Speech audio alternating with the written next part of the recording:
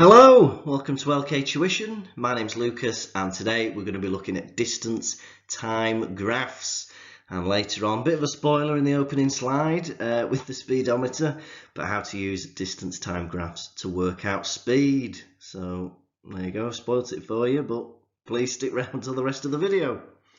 So first of all, what is a distance time graph? Well, it is what it says on the tin. So a distance time graph will show distance travelled over a period of time.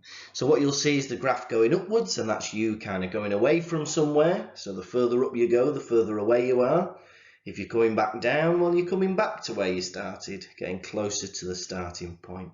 And if you have a flat bit on the graph, well, that means you're staying put, you're having a rest.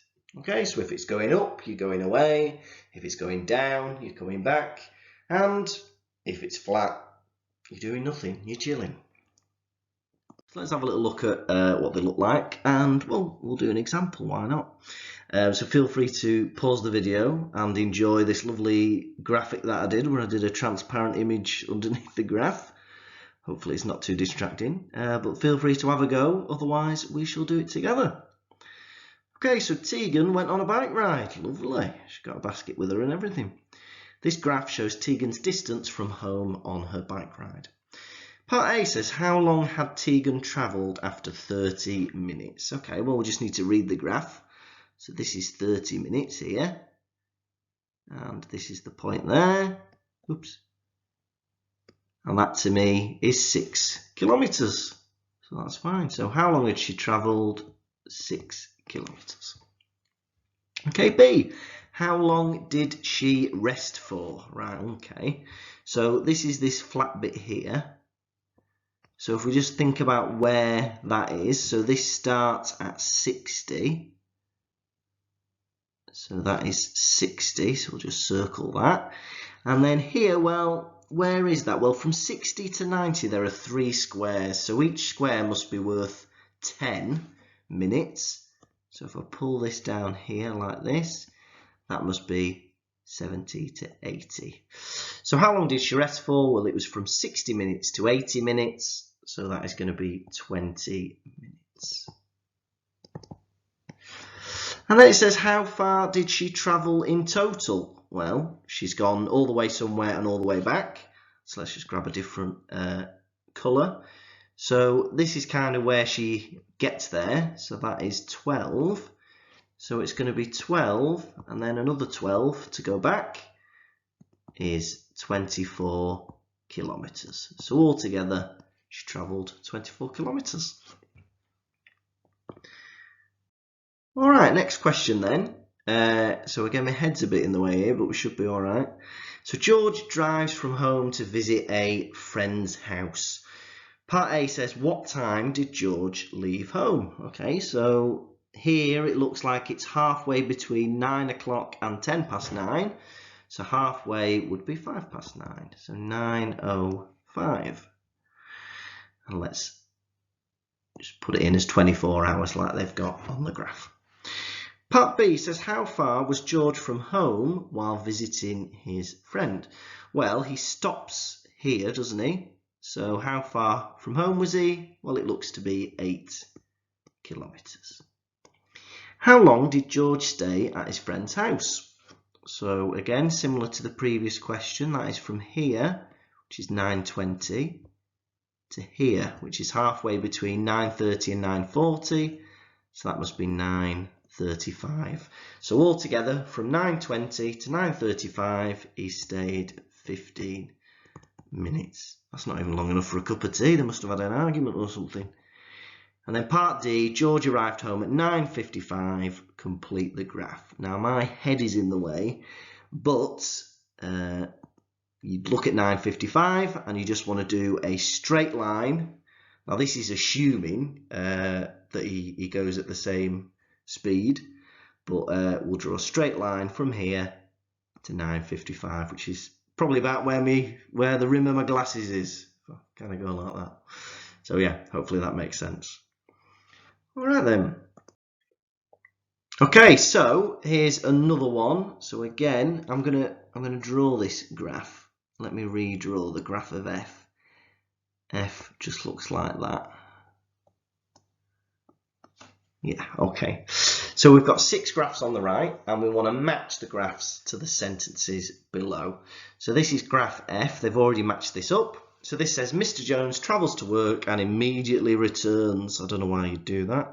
Maybe he parked up and saw that his least favourite colleague was there, so he drove back. So that is F, isn't it? Yeah, so he's travelling. If we just get a highlighter, he's travelling to work, literally turns round and comes back. Okay.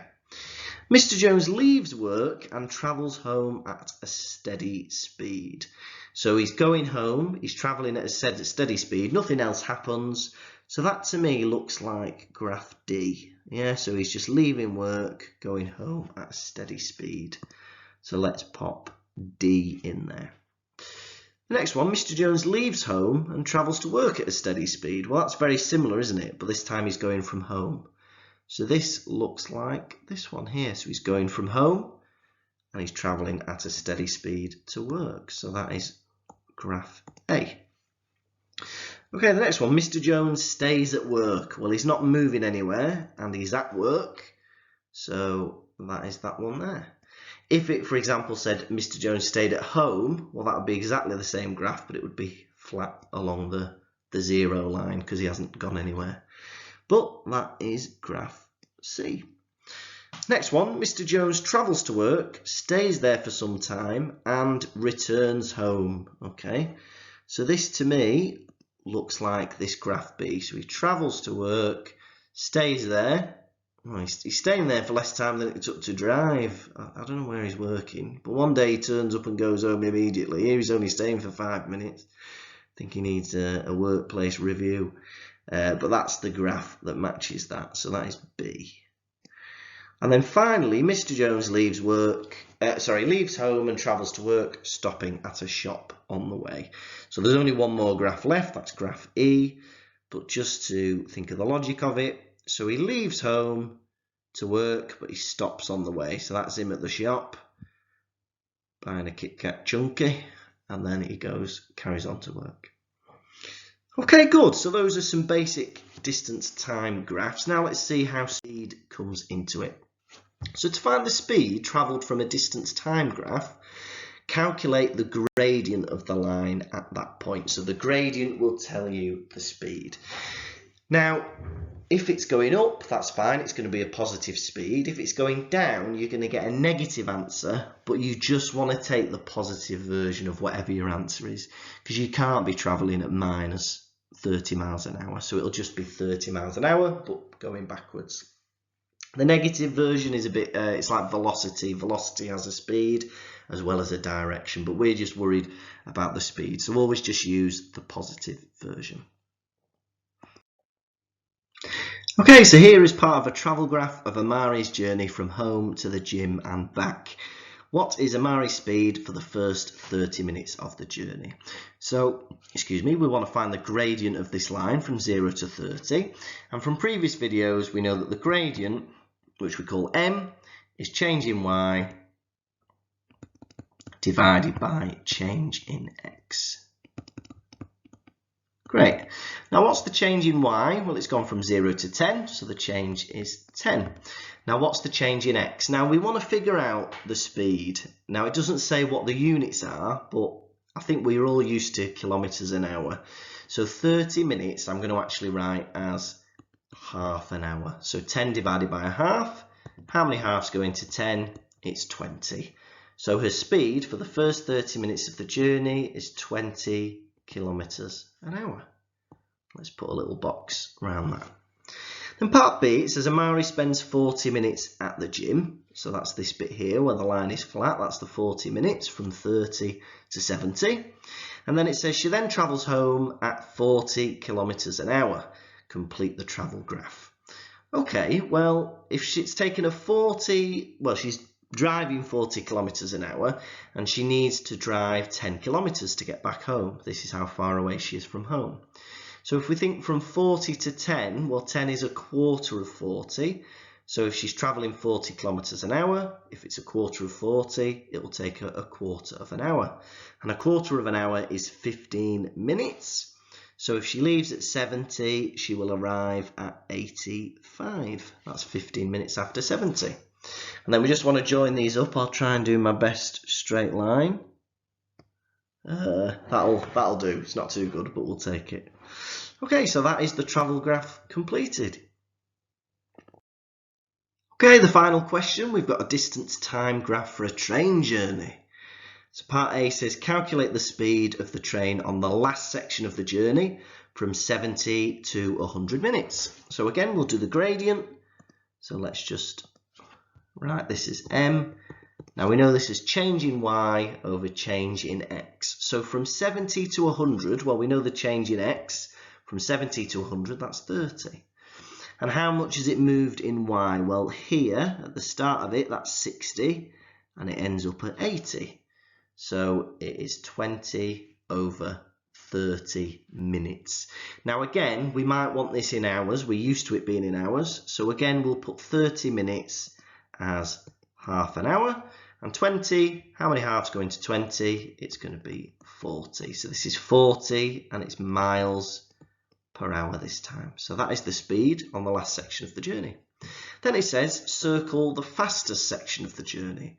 Well, that is going to be where the graph is steepest, and that is going to be this bit there. So that is the fastest section of the journey. And what is the slowest section of the journey? It's very hard to tell whether it is the top or the bottom one, but it would be the one that is the least steep. Okay, I hope you found that useful. This has been LK Tuition. Please like and subscribe, and I'll see you soon for some more maths videos.